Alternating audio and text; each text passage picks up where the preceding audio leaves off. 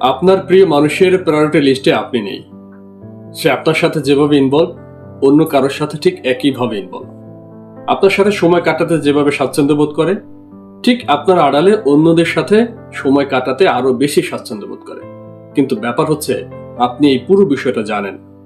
জানার পরও আপনি কিছু বলছেন না, আপনি সহ্য করে যাচ্ছেন। এই ব্যাপারটাকে কি বলে জানেন? এই ব্যাপারটাকে বলে অবসেসিভ লাভ ডিসঅর্ডার। অর্থাৎ আপনি আপনার ওই প্রিয় মানুষটাকে হারানোর ভয়ে তার সমস্ত অপকর্মকে প্রশ্রয় দিচ্ছেন, অর্থাৎ মেনে নিচ্ছেন। এর পরিণতি খুবই ভয়াবহ, যেমনটা হয়েছিল ইকরার বেলায়। তার হাজবেন্ড যা করতো সবাই জানতো। ইকরার হারানোর ভয় ছিল, সেই কারণে সবকিছু সহ্য করে যেত।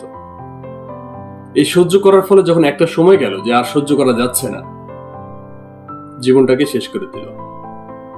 কারো যদি এমনটা হয়, আপনার মধ্যে যদি আপনার মনে হয় আপনার সেই একই সমস্যা আছে, বা আপনি ফিল করছেন আপনি এই রোগে ভুগছেন, অতি দ্রুত মনোরোগ বিশেষজ্ঞ কারো পরামর্শ নেন, নিয়ে এর থেকে পরিত্রাণ পান।